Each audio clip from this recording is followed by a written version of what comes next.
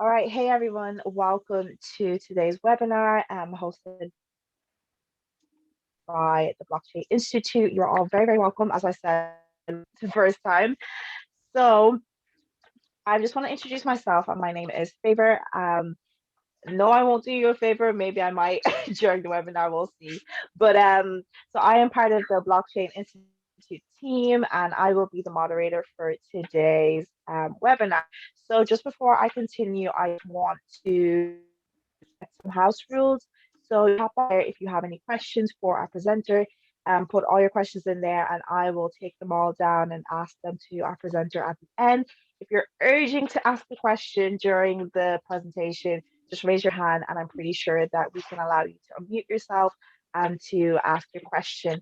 And then just to also clarify that this webinar is not to give you financial advice, so don't go, putting in money everywhere, but it's just for information. So this webinar is going to be very interactive, so you better stay engaged, and I'm going to kick it off and hand it over to our presenter, who is Jeffrey. Jeffrey, how are you?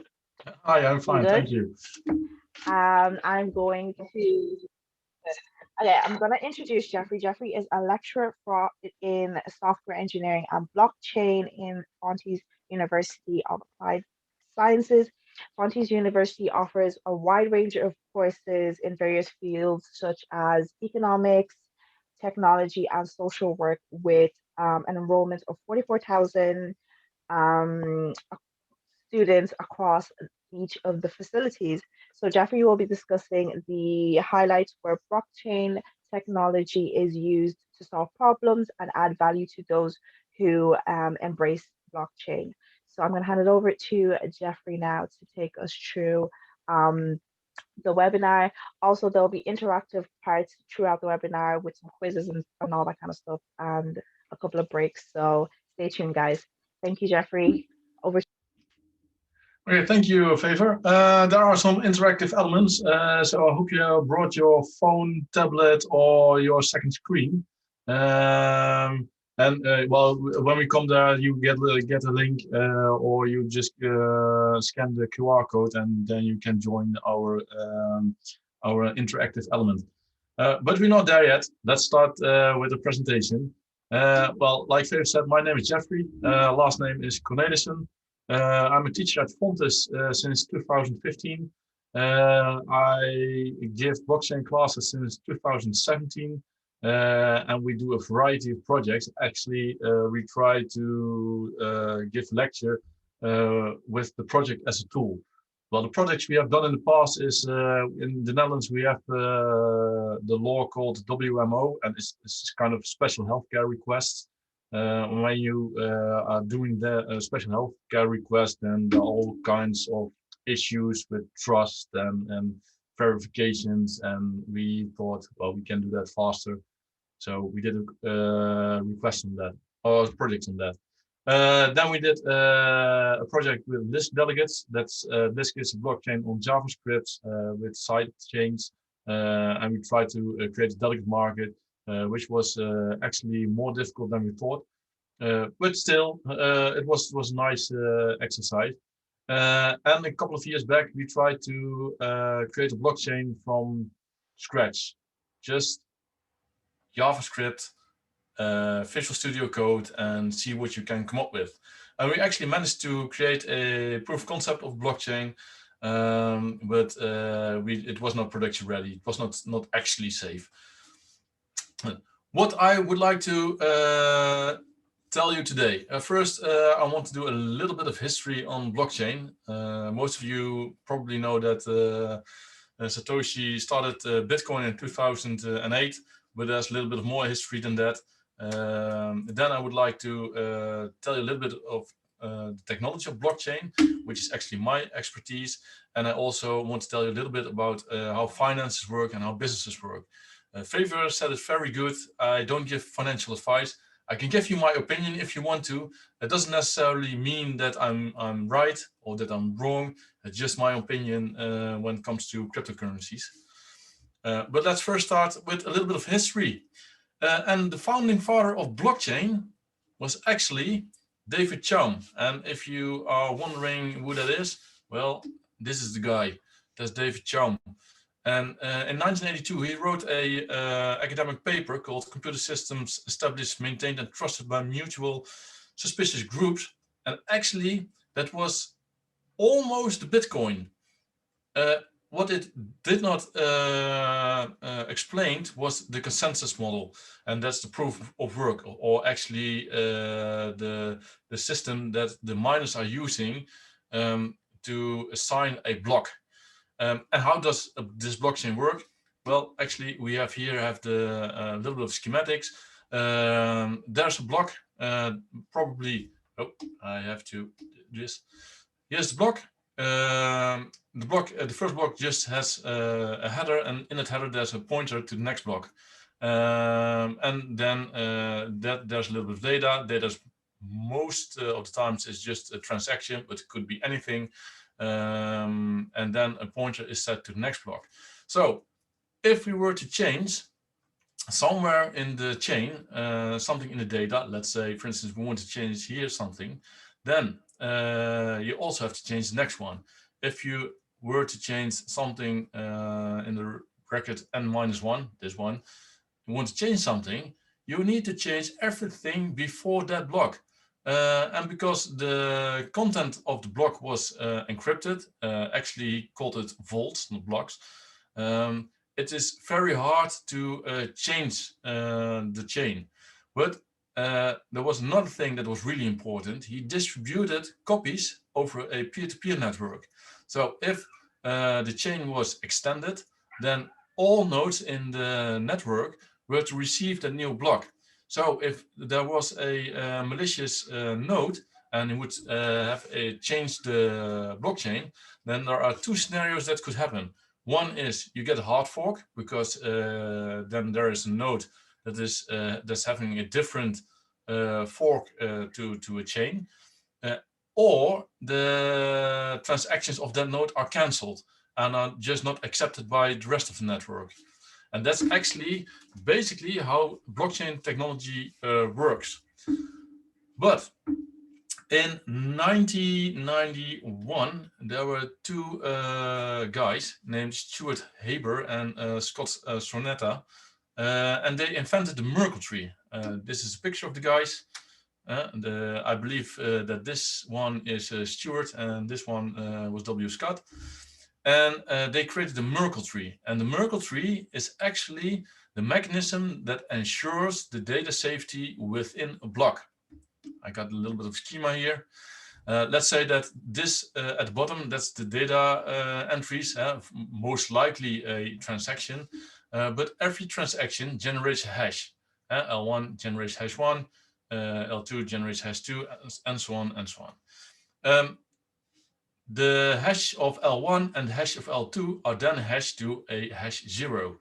And this hash is then hashed with the other hash on the same level to the Merkle root, which is the top hash. If you were to change, let's say, for instance, L3 or this transaction, then you also need to change this hash. You need to change this hash, and you need to change this hash. And this hash is added to the header of a block. So you had to, if you had to change something, you have to change the whole Merkle tree. And by doing this, you were ensuring that all the data that was on the bottom, on the data blocks, will actually correct when it was put into the blockchain. That does not mean that the data itself is correct, because the data itself could be wrong, because that is coming from the real world. But once it is, the data is in a block, then you are sure that the data in the block stays the same as long as the blockchain is going to exist.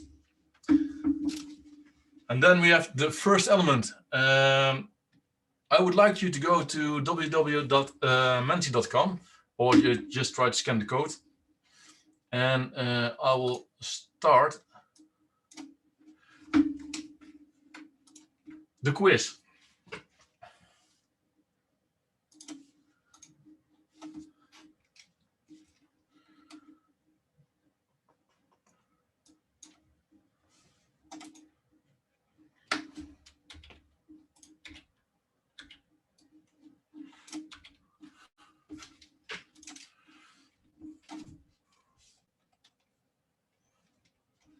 I don't see any people in the quiz.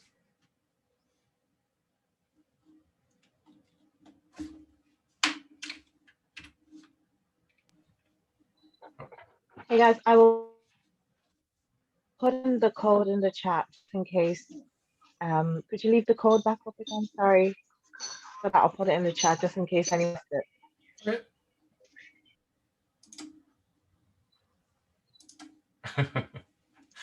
Gas. Yeah. I see Coinbase. Well, of course, blockchain. Bitcoin. Only Bitcoin?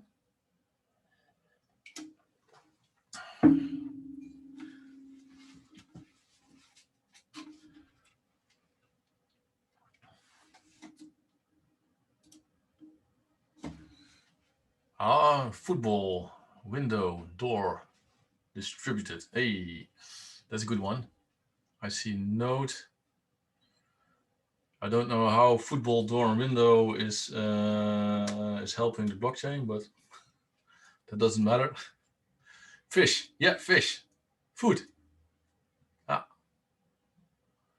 Hash function, distributed. Merkle trees. And a ledger.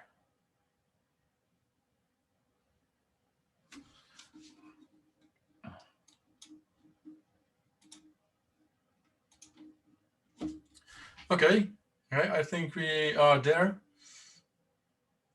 Probably. I see a lot of good things. I see Ethereum wallets, which are also very important. Distributed. That's actually one of the keywords that is not emphasized enough in blockchain technology.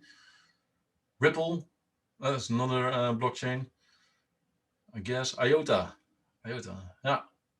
Actually, IOTA, we call it a blockchain, but on a technical level, it's not actually a blockchain. It's what they call a directed acyclic graph, which is another form of distributed ledger technology. Okay, hackers. I like that one, hackers.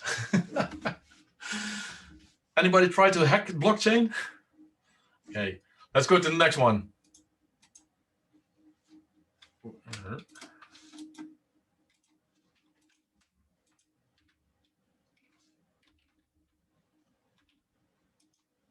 There it is.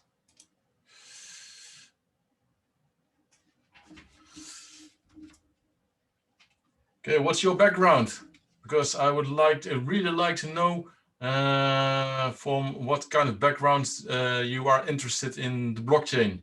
And it could be anything from engineering, or maybe you are just wanting to know something about it that has absolutely nothing to do with engineering or financial, or maybe you are a swim teacher who likes to know more about blockchain.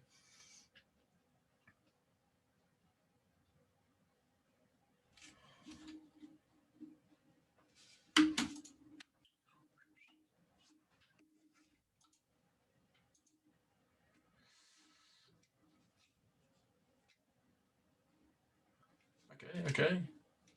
You got a good couple of people that are doing something different than the business of engineering. I guess there's one financial person around. Okay, it's very interesting. Yeah, I would thought it was a little bit different, but okay, it's nice to know.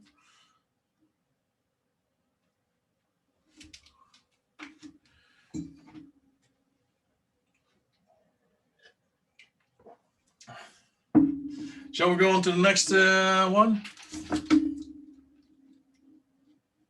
Do you have cryptocurrencies? I see one yes, two yes. One says no, three said no.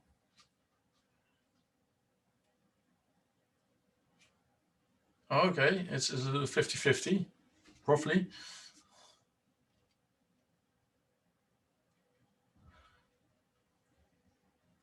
Maybe the people who have cryptos can tell a little bit what kind of cryptos they have. Maybe Favor, you can try to come up with the summary. Okay, there are more people that do have crypto than that don't, and that's not really the time for this, but I'm always wondering, why do you don't have crypto? Do you not believe in it, or didn't you have the chance to invest in it, or maybe you think I can spend my money better than spending it on crypto? So let us know. And then I have the last one. Who is Satoshi Nakamoto? And if you actually know the right answer, you can give the answer to Favor, because I really like to know who it is. I'm actually surprised that someone says member of the cyberpunk, because they're not very well known.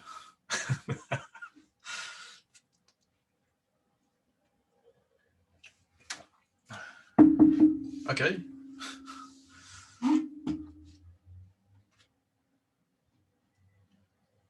Okay. Must be a Japanese guy as well. It looks like it if you look into the name. But there's only, to my knowledge, there's only one Nakamoto that was with that could be something that has something to do with Bitcoin, but he denies that he has anything to do with Bitcoin. And some English person, what was the guy, McAfee, John McAfee, he thought that he came up with the answer by just studying in the white papers and all the communication from the Bitcoin network, and he thought it was an English person, and he questioned that person, and actually that person said, if I were to tell you that I was Satoshi, what do you think that that would implicate for my safety? How safe am I when the world knows if I were Satoshi Nakamoto? So the question is, do you want to know if he is the founder of Bitcoin? Well, then again, if you can get to his wallet, you are probably very rich. But be careful with dumping all the Bitcoin, because then the price will drop dramatically. Okay. Okay, that was the last one. And I would like to thank you for this quiz. I have learned a lot about you. So let's continue with the presentation. Where it is. Here it is. Let's go to the next one. Now, we know a little bit of history. What we did not tell you is the history of Bitcoin, because when you say blockchain, inevitably you're going to have to talk about Bitcoin. I'm not saying that is the right of this currency, or if it's technically worth investing in Bitcoin, but the fact is Bitcoin is here and probably is here to stay for a long time. And actually, Bitcoin, like I said, was actually the work from David Chaum. Satoshi added the proof of work mechanism, consensus model. And when he started the blockchain by mining the first Genesis block of Bitcoin in 2008, the value of Bitcoin was exactly $0. And it remained $0 for the next 2 years, because there were no exchanges. There was nothing you can buy with Bitcoin, until a journalist called Laszlo Henges, and he was proposing to buy 2 pizzas for 10,000 Bitcoin. And I calculated back of what the value of Bitcoin was at the time of the transaction, and it was actually $0.0041 dollar. It was even less than half a cent in 2010. If you were to buy 10,000 Bitcoin, then you were now a very rich man. There's actually on the internet, there is a website dedicated to this pizza. They interviewed Laszlo later on, and asked him if he had any regrets buying that pizza for 10,000 Bitcoin. And his answer was that he didn't regret it, and that he bought Bitcoin later in time. Well, the current value of Bitcoin is around $48,000. I believe the price went a little bit down since I last checked, but it doesn't really matter. It's somewhere between $47,000 and $50,000. So this is the guy that bought the pizza. He's still proud of, and he would do it again if he had the chance. So I would like to tell you a little bit about the technology behind Bitcoin. And one of the most controversial parts of Bitcoin is actually the proof of work. Because this part of Bitcoin spends a lot of energy trying to find the right hash. And actually what proof of work does, all the miners compile a block with the transaction in the mempool, and they can choose whatever transaction they want from the mempool. They come up with a block, and once they have the block, they have to find the correct nonce. And a nonce is just a number, and it's a number that is used to find the right hash. Because in Bitcoin or in a block, you have these headers, and this one, and this one are, well, they are calculated throughout the transactions, but this one differs with every attempt to find the right hash. Because by changing this value, you are changing actually this value. And Bitcoin proof of work works with the leading zero protocol. And actually what it does, they say that you have to find a hash with so much leading zeros. In this case, it is 4. But the more leading zeros you have, the harder it is to find the correct hash. And once the correct hash is found, then the block is added to the blockchain of Bitcoin. And then the Bitcoin blockchain is extended. Normally in Bitcoin, it's roughly about 10 minutes to find a hash, but that's an average, because sometimes it takes around half an hour or 3/4 of an hour.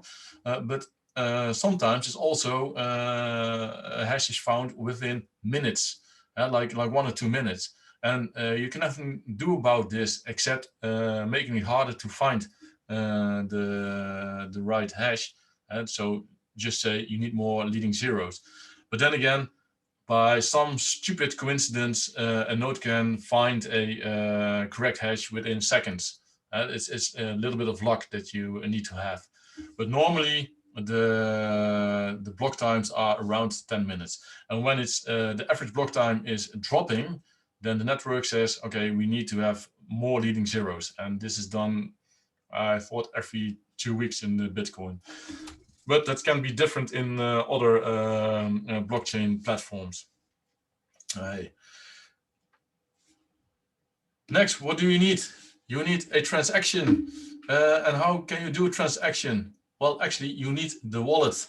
And actually, the wallet is just a piece of software that gives you access to the blockchain. And one thing you need to remember, a wallet does not hold any coins. You cannot have a wallet. If somebody says, I have a wallet and there are coins in it, it's never going to be true, because the coins only exist as data on the blockchain. What the wallet does, they tap into probably a node of the blockchain, and they look at how many coins that particular address have. So you can also see it as the user interface to the blockchain. And sometimes it's just a hardware wallet, sometimes it's a software wallet, sometimes it's just a website. It doesn't matter. A wallet is just the interface to the blockchain. And I've looked up 2 very well-known wallets. I don't know if anyone uses it. They are Electrum and Wasabi. They are specific for Bitcoin. There's also the Bitcoin Core, which is also a wallet that you can use. But the disadvantage of using the Bitcoin Core is actually very slow, because he wants to create a database with all the current transactions. There are also other wallets that are not specific to Bitcoin. I have selected two of them. One is the Trust wallet. That's this one. You can have all sorts of coin added to it. It's not an exchange, it's actually a wallet. And this wallet just taps into different kinds of blockchains. Bitcoin, Ethereum, whatever. And well, actually this one is my personal favorite because I'm a little bit of a Lisk fan. But they can hold or Lisk or Bitcoin. And there's also lots of information about the status of the Lisk network.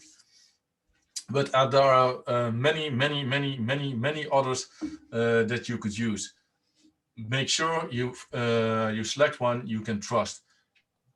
Check reviews, check maybe your network, check other people that are using it. Because if you select the wrong one, then your address could be transferred to criminals, and they will just send your coins to another address and you can never get them back. But once you have the wallet, you probably do not have any cryptos. Sorry? Sorry? Sorry, yeah, just a quick question just came in there. Can you hear me? Yeah, I can hear you. Yeah, I was just saying a question just came in there, and it's the question is, can you also explain UTXO? So I just thought I'd ask it there just in case. Like, how do you say that?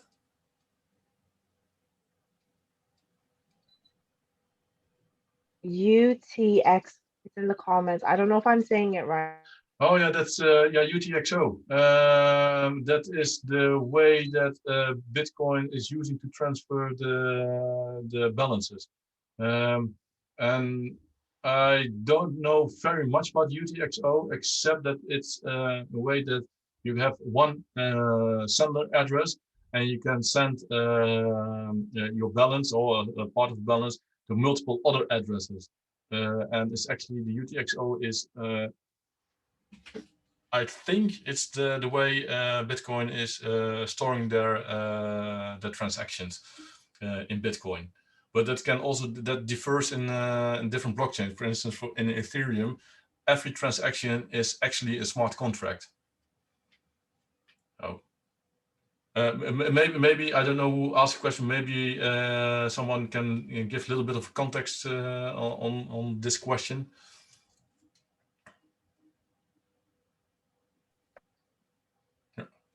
I think you answered it perfectly. Oh, okay. Now, if you have no more questions at this point, I will continue. Yes. Yes, sure. Go ahead. Okay. Yeah. Well, it was actually a very good question. But for transferring coins, you need to have coins. You're probably going to buy coins. And what are you going to do if you buy coins or get coins? Is you can do it in several ways.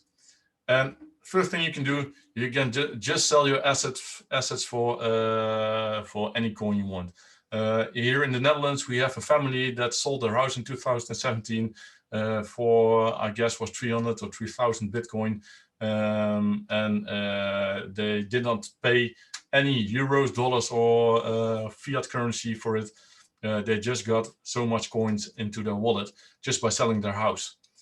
So you can do that too. I could sell you my car and you would probably pay around a quarter of a Bitcoin for it, I guess. Next thing you could do is you can do some job. I could ask you to make a website or any software, maybe develop some business. For that work, you get paid. I can pay you with the currencies. Well, actually, the currencies between the Netherlands and Ireland is the same. But if you were, let's say, from South Africa, you have to convert your euros to rands. And sometimes that is actually very expensive. And when you give someone their pay in coins, if it is Bitcoin or Litecoin or whatever it is, you just put a transaction on your blockchain and the other guy on the other part of the world just have the coins. You could always ask to donate donation from friends. From my experience, that's not the best way to get coins, but maybe you are lucky. And otherwise, you have to go to an exchange. I know Binance is probably one of the most popular one. I also saw someone stated Coinbase. They also do something with exchange. In the Netherlands, we have BTC Direct. I looked up some exchanges in Ireland, and I found Bitcove. I don't know if they have a good reputation or not, but it was the first one. But just go to an exchange, compare prices, but because sometimes the prices are different. I know for one instance that at Bitcoin Meester in the Netherlands, the price are a little bit higher than at Bitfavo, which is another exchange in the Netherlands. So normally I go to Bitfavo, but sometimes they don't have the coins that I want. But just go to an exchange. You have to create an account. You have to transfer a little bit of money into your account on those exchanges, and then you can buy whatever coin the exchanges are offering. And the other one is you have to, once you have your coins and you are not planning to use them for swing trading or for day trading, so you don't need them instantly, move your balance to a wallet. It doesn't matter what wallet, because there's one rule in blockchain, and that is if you don't have the key, it's not your coin. And it's really important because I also have a little bit of cryptos on an exchange. It's not too much, but if they wanted to, they have control over my cryptos. I trust the party, so I don't think they are going to do it. But if they want it, they can do whatever they want with the coins because it's not in my wallet. January the 3rd is a very important day because it's the private key day. And actually all users over the world are encouraged to move your coin to a wallet. But we are talking a lot about coins and transactions, and actually the second thing that is important on the blockchain are the smart contracts. And why are they important? Because a transaction to move a balance from address A to address B, it is eventually just data, just ones and zeros. And within that part of data, you can put everything you want. Ethereum, there are two blockchain platforms that are widely known for smart contracts, Ethereum and Neo. There are other ones. Ethereum uses Solidity.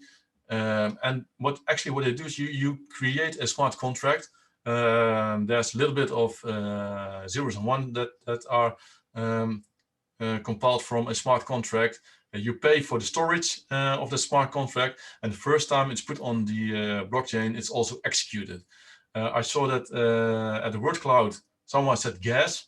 You need gas to execute your smart contract. So every time you are going to execute your smart contract, you need some gas to execute it. Otherwise, your smart contract will never be executed. Neo did something back in the days, and they when you bought the Neo coin, you also got some free gas money. I don't know for sure how that actually works, but when you buy the coin, you get gas for free. And another thing you have to remember, that a smart contract is not necessarily legal. It can be, but it's not necessarily legal. And that's one thing you really need to understand, because a smart contract is not a smart contract per se. I got a little bit of a schema, and I hope the technology doesn't let me down. How does a smart contract work? Now, well, first you need some conditions and terms that you agree on between parties. In this case, it's an employer and a contractor. And probably something that the employer has a job and the contract says, yeah, I will do it for X amount of money. And the employer says, okay, but you need some quality. So there are probably some quality terms in it. Now, well, then a smart contract is put together probably by a coder. I hope that over time we will get smart contract creators, and it's uploaded to the blockchain. Once the smart contract is uploaded to the blockchain, the contractor is going to work, and at some point the job is done within the quality limits. The contract says, well, I'm done. The employer says, okay, it's within the quality limits. So now we can transfer the resources from one to another. And that is done. Here is you are checking the quality of work, or whatever conditions you have agreed on. It doesn't matter if it's quality, it can also be the amount of work you produced, or maybe the time you are doing. It doesn't matter. If the terms are met, then the smart contract is finalized. And on finalizing the smart contract, then the money is transferred to the right parties, and probably it's going to from the employer to the contractor. But sometimes when there are two contractors, the money is flowing from the employer to two parts in this case. This is probably an organization with 3 people in it. And then the contract is executed, and well, there's nothing to be done. And this is how a smart contract works. There are lots of platforms you can run smart contract on. I also told you a little bit about Neo, and I told you a little bit about Ethereum, but I have put up a little bit of a schema I found on the internet. Well, this is a little bit of blockchain comparison. They do not all have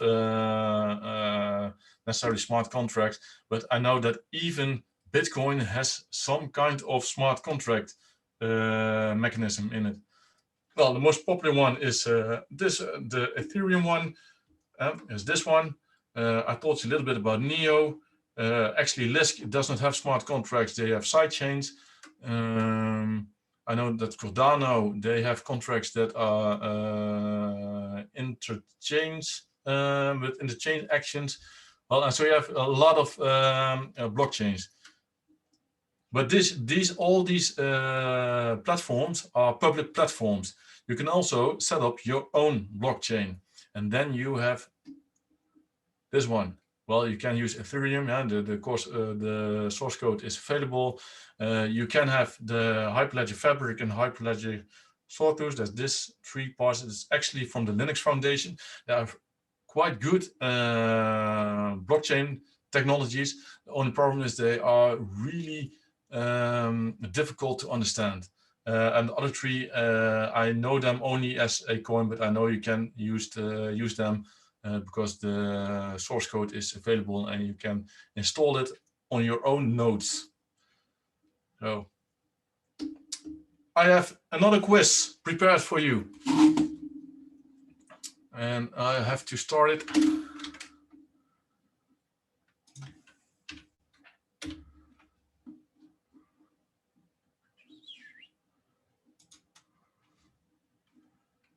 Give me 1 second.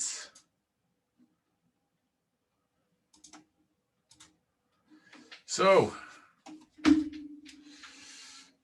just go online, get your phone, get your tablet, get your computer, get your second screen, and go to menti.com, and then enter the code 6943600, and you will get a interface, and you can tell me what you have learned so far. And it doesn't matter what it is. And I hope that it has something to do with blockchain. I hope.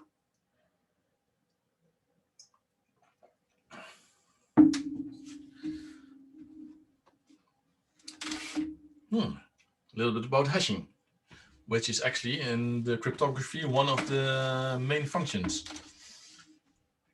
I see wallets and contracts. Yeah, well, actually, for some people, contracts are a little bit abstract, because what do you need to do with it?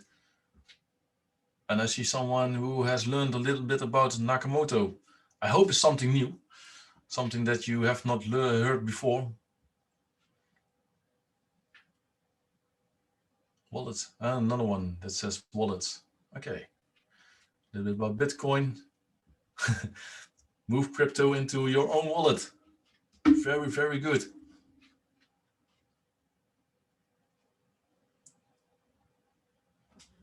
Other people have learned something, maybe a little about the history, maybe a little bit about the Merkle trees, or actually what is a blockchain. Maybe you have had no idea what a blockchain was. Okay. Well, let's go on and move to the next question.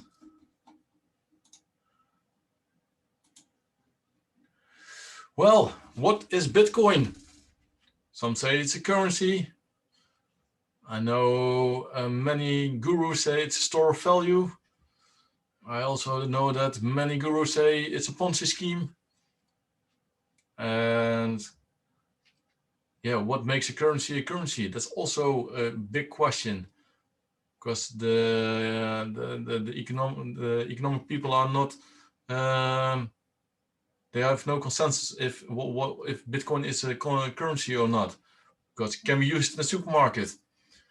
We can use to pay some value with it, but probably not in the supermarket. The Ponzi scheme, that's one of the biggest things I've heard, because when you buy Bitcoin, you buy it because you want to pay more than the other guy that bought the Bitcoin. Maybe it's true. Time will tell. And maybe in a couple of years we all say, well, Bitcoin, a lot of money has gone into it. A lot of people have made money. Okay. My personal opinion, I think it's a store of value, but I also have my doubts if that's going to hold in the future. I know there are some technologies that are developed around Bitcoin. One of them is the Lightning Network, and Lightning Network, you can use it to make fast payments without having to pay the costly transaction fees in Bitcoin. So I think it's a store of value, but we only know that for sure once the time is there. And maybe I have lost a lot of money when it's a Ponzi scheme. But then again, I'm not here to give you financial advice. And I value every opinion about Bitcoin. A wallet is, what is a wallet? I think a wallet is to put my my fiat bills in. Just software. User interface to the blockchain. Okay. User interface to the blockchain. We have for now we have a winner. Okay. No one says a store of coins. In the past, I always thought that you need a Bitcoin wallet to store your coins physically. But then I found out there are no physical Bitcoins. My boss once tried to trick me in using Bitcoin. He gave me the Bitcoin that you can order in China. And I was almost tried to make a purchase with it. And then he swiftly said that it's not possible to buy something with it, unfortunately, because he gave me one Bitcoin when it was nearly $10,000. So I've learned Bitcoin is not a physical thing. Well, actually, if it's the first or the second, it's a little bit how you look at it. I think it's just a user interface to the blockchain. For me, that's the easiest and the best definition of a wallet. You could also say it's just some software, because some people say you can also do something with executing smart contracts in a wallet. But then again, that's also interfacing to the blockchain. And then we have the last one. I would like to have your opinion on Bitcoin and smart contracts. Some people say if you buy crypto, buy Bitcoin. all the other coins are shit coins, and I don't know if that's true. I think that in the end you will have several coins. I don't know which ones. Probably Bitcoin is one of them, or it will die as the dinosaurs. Yeah, you should only use Ethereum for smart contracts. Well, it little bit depends on the wishes of the ecosystem. If you're going to use it on the public platform, then a little bit warned, people can decompile your smart contract so they know what's in it. I don't know if you want that. Smart contracts can be legal. I'm actually surprised that there are, well, there's a strong opinion on that. There also to be a smart contract to become legal, there are some conditions that have to be met. And I also have learned that it can differ per country or per state what that conditions are. It defines on legislation and on how the government is looking at smart contracts. So, okay, thank you very much, because this is the last one. And I now have a little bit of idea what you know about the blockchain, or at least what we have told. So let's continue to the last part of the presentation. I want to tell you a little bit about decentralized finance, because it's for some kind of stupid reason in the last year it was out of nothing, at least for me, out of nothing. It was a topic in blockchain platforms, because decentralized finance actually just means finance without the middleman. And how do you do that? Well, you create a smart contract. And let's say that I have a little bit of funds and I want to lend it to other people. So I will then have my resources made available for other people. Other people say, well, I need a little bit of your resources. We have a little bit of a chat. I say, okay, let's do it. I lend you a little bit of my resources. We have to come up with a smart contract, in which we say something about payment terms, maybe interest or other compensations. It can be in shares. Doesn't have to be compensation in interest. And we need a signature of the parties that the smart contract is well, binding is not the correct word, but that the contract can be finalized. When the contract is uploaded, I will block my resources for this person to use. He will use it in his in whatever he is going to do, and he's going to make his payment terms. And the payment is actually also done with the smart contract, so that the other party needs to have enough balance in his wallet to pay me a little bit of money every month or whatever it is. It could also be shares. I will go into that on the next slide. Then you don't have any money to pay, but then you have other resources to pay. The pros are, you don't need any committees or policy rules. You don't need a bank. You don't need a financial advisor, although you could use one, but you are not, you don't have to use it. Well, actually, I did it the other way. And everybody can do this. So that's actually a pro, but it's also a con, because if I will lend some money to someone, I have to trust them. And that does not mean that I have to do background checks or whatever it is.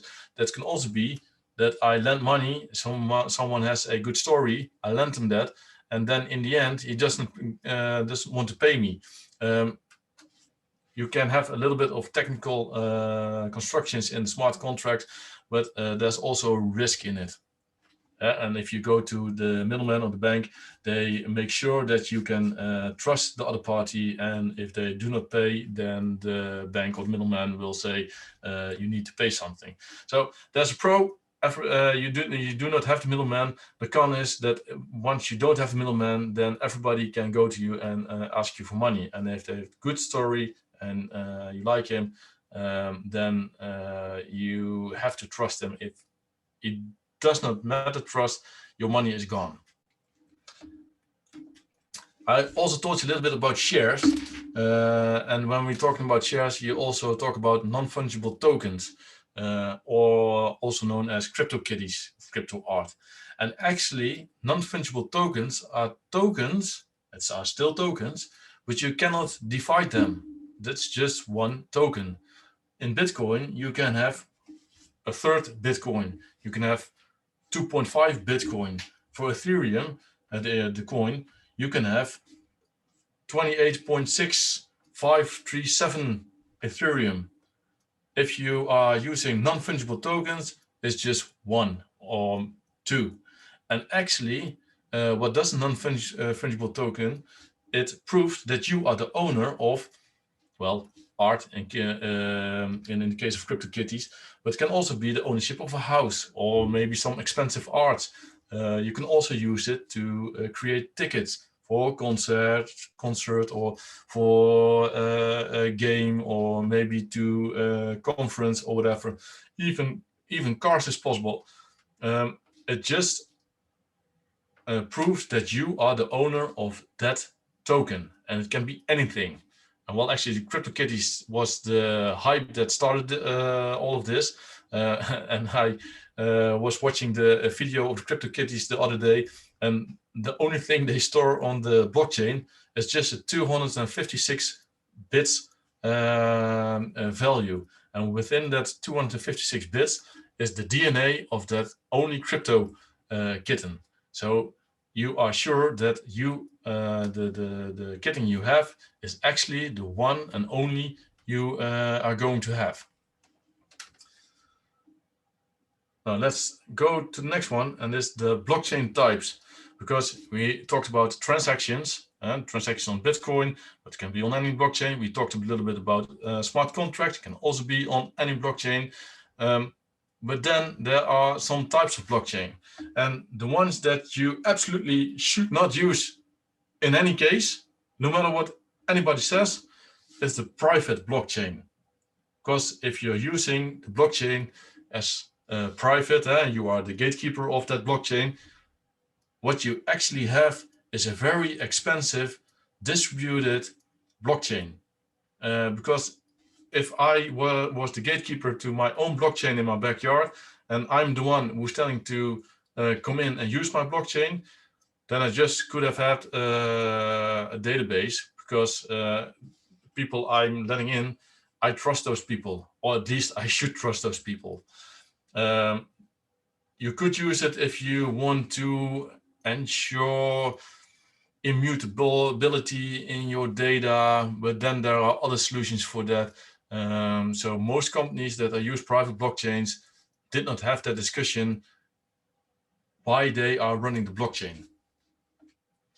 Then there's the permission blockchain, and the permission blockchain means that all parties of the blockchain, all parties of the community that runs the blockchain, are actually known members of the community.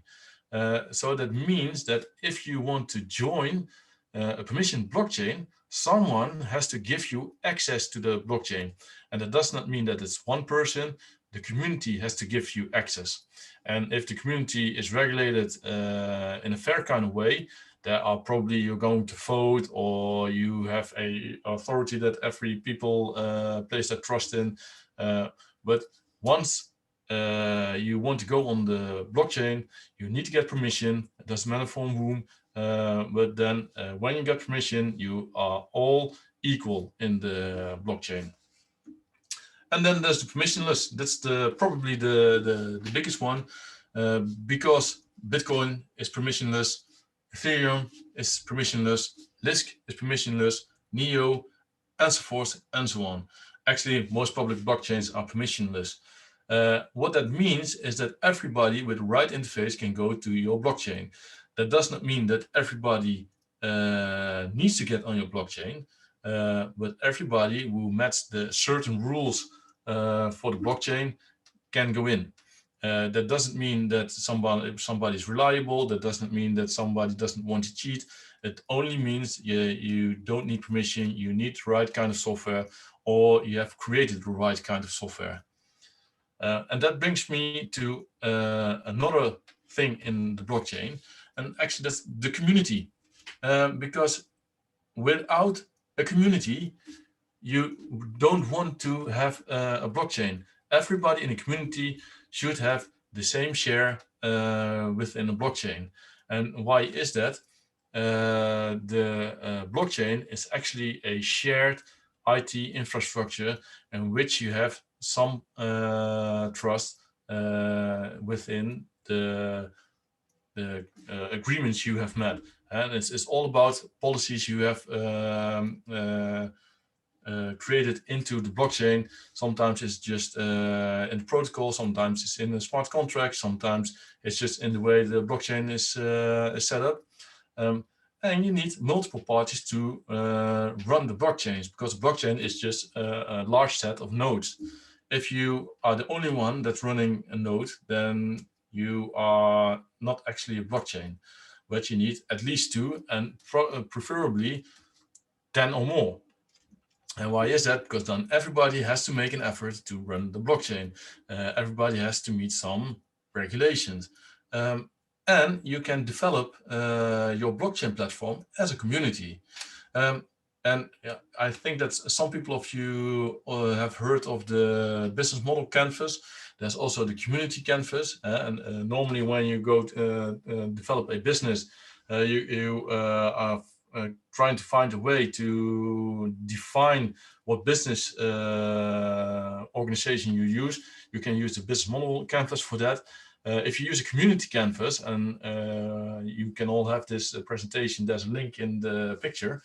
The community canvas is a way to come up with what the community is, and how are you going to organize that community, because you need some people. And why are that people part of your community?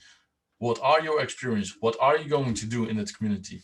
And why you need that community? Because the community has to run a blockchain. A blockchain cannot be run by one party. You need several parties which have a shared interest in the blockchain. And with that thought, I would like to end my presentation, and I will give the word to Favor. Do you have any questions, remarks, or comments for me? Or maybe a lot of discussion? Indeed. I do have some questions for you, Jeffrey. Question is, are you ready for them? Okay, so the first question I have is, what other industries do you see blockchain technologies being used in? What kind of blockchain technology That's is the first used? question. Sorry.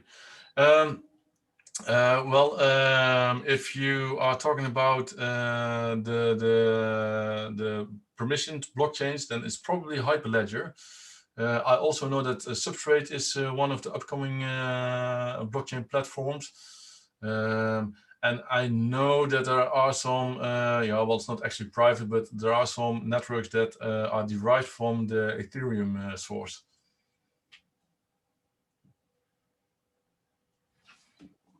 Perfect. Thank you so much.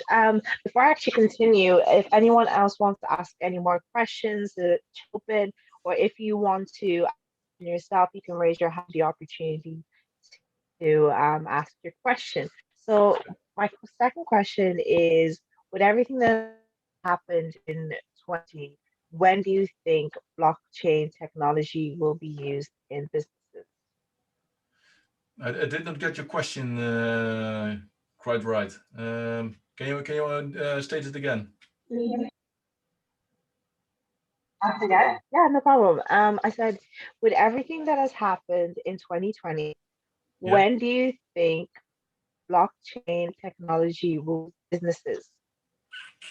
Yeah, that's actually a very good question, and I'm not really sure, because when I look into the future, as far as I can do that with my current vision, Um, I think it's going to be a while, and I cannot tell you if it's 5 years or 10 years, because businesses need to transform to make the most use out of blockchain. And actually, businesses should not be holding their resources for themselves, but they have to share it with the world. And not for all companies, but for some companies, that's really, really scary to do, because that means opening up your business, and people can see your secrets. And I don't know if all businesses are ready and up to to do that. But eventually, and especially with the current generation of people that are now in college and universities, I think that within probably 5 or 10 years, there is a very good acceptation of blockchain. Mhm. Perfect. That's good. That's a good answer. Love that. And another question I have is, do you own any? I know you did kind of touch on this a bit, but do you own any crypto yourself? And what are your thoughts on Bitcoin? So you want to know your personal thoughts here now. Yeah, yeah. I own well, not too much, but I own a little bit of crypto. I was lucky enough to buy Bitcoin last year in around June, May or June, and that was because at first I didn't want to have to do anything with Bitcoin. But then I was reading about the halvening event in the Bitcoin, and I thought, well, maybe if I hodl my coins long enough, they will rise in value. And well, for a month, I did not make any money, and I just thought, well, as long as I can have my money back, then it's okay. And then since November, December, the value of Bitcoin is rapidly rising.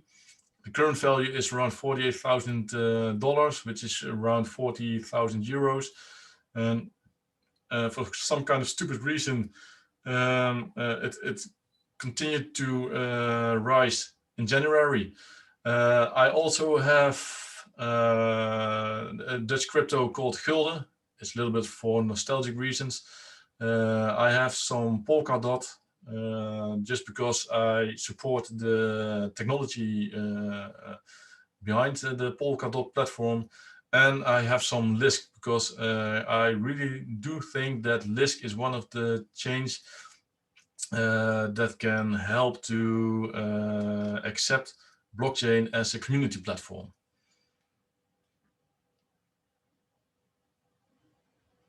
I like that. Okay, so I, next question I have is, can you speculate on what you think the first killer app is for blockchain? I don't know if I Oui, that's a very good one. can you hear me? Yeah, well, I have seen some good and bad ideas. I think that the killer app on blockchain would probably have to do something with multiple parties having build up what do you call a file for some kind of request, or maybe a personnel file or whatever, something that normally takes a lot of time to build up, and with lots of parties, you need to have lots of organizations call each other, have confirmations. And I think that that is one of the reasons blockchain can help make a whole lot of government processes a lot easier. But not only government processes, also processes within companies, or just between companies. That's one thing I think that is going to be something like a killer app. The other one is, I also think, but that is more an ideology. I think that crypto coins can also help establish a local community. For instance, a local municipality can have their own coins for their volunteers, or for people that that live in poverty. So they can first build up some experience, so you can do something and get some coin. Second of all, you can also use it for people who are living in poverty, the local businesses, to help out with people with not too much money. But that's more an ideology, and if it's going to be a killer app, I don't know. I've seen some experiments, and also have seen that the technology is there. Now we need the organizations to set up those communities.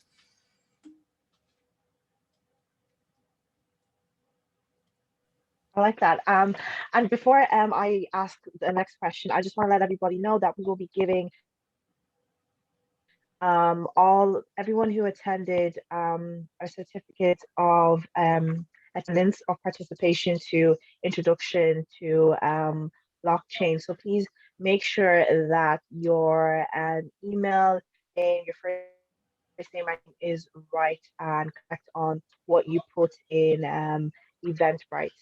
So I have the next question, which is why was Marco trees chosen as the hash storage algorithm? Well, actually, why it was chosen, that I cannot tell you. It has probably something to do with that if you want to change a block, or in this case a fault, then when you just look at the hash, you are sure that that block or fault is not tampered with. And it's just an extra security above the security that's already there, by having blockchain referencing to the next block. What the reasons and arguments are to use the Merkle tree, I don't know, but I do know it's just the whole blockchain is about security, and having validated data, and the Merkle tree is just one tool to ensure that.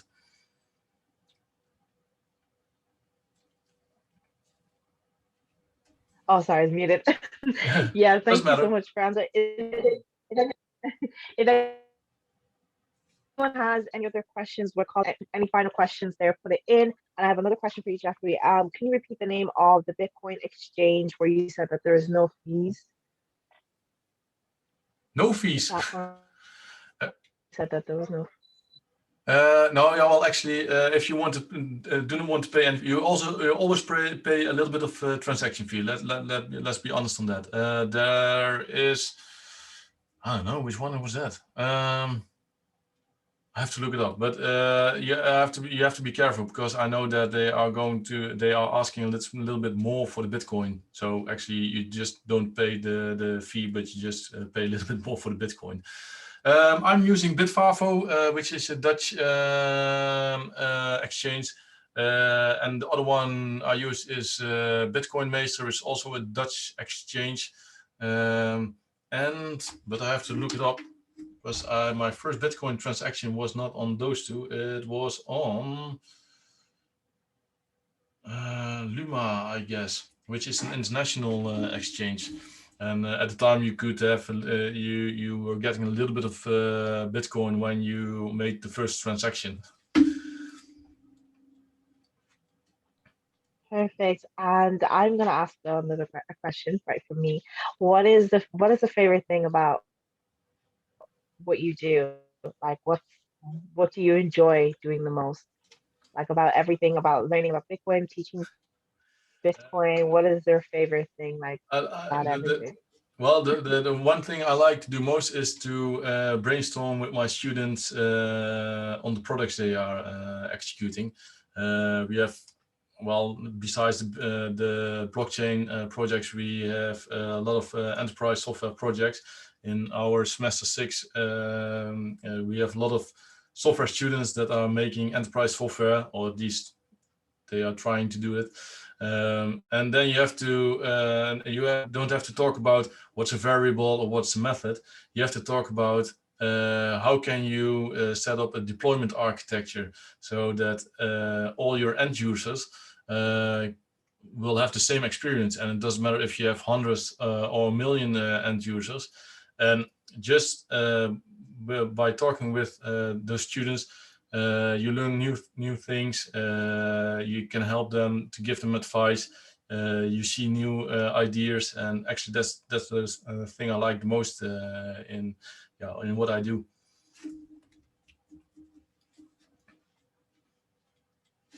I love that. That's actually just so great. Like the fact that you're able to, share ideas and, just learn Yeah, about different perspectives. I think that's really great. yeah. So if anyone has any, oh, sorry, go ahead. No, I didn't say anything. Oh, okay. No problem. So thank you so much, Jeffrey, and really appreciate you taking your time to educate us today on this webinar.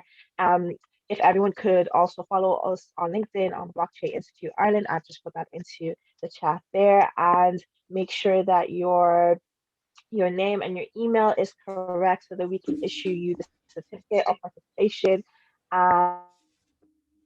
And I have no further words to say, but thank you so much, Jeffrey, once again. And thank you to everyone for coming to this webinar, and hopefully more to come from the Blockchain Institute Ireland. I'm going to hand it over to Typhon now, if he has any final words to say. I would like to say thank you for having me. I liked giving this presentation. I hope that the participants have learned something from it. If there's anything you would like to discuss or say that I was wrong, I'm open for that idea. So just let me know because I'm only know so much.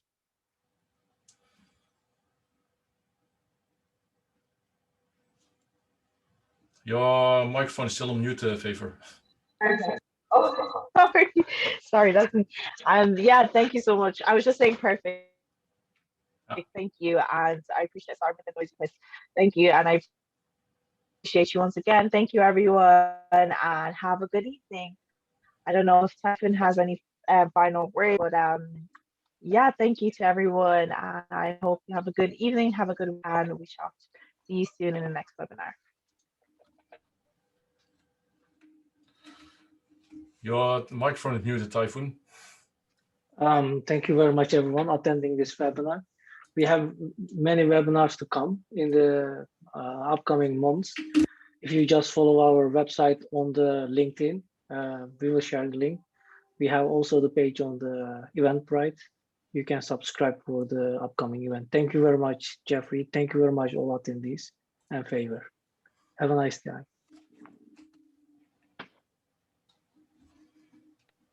Thank you. Bye, everyone.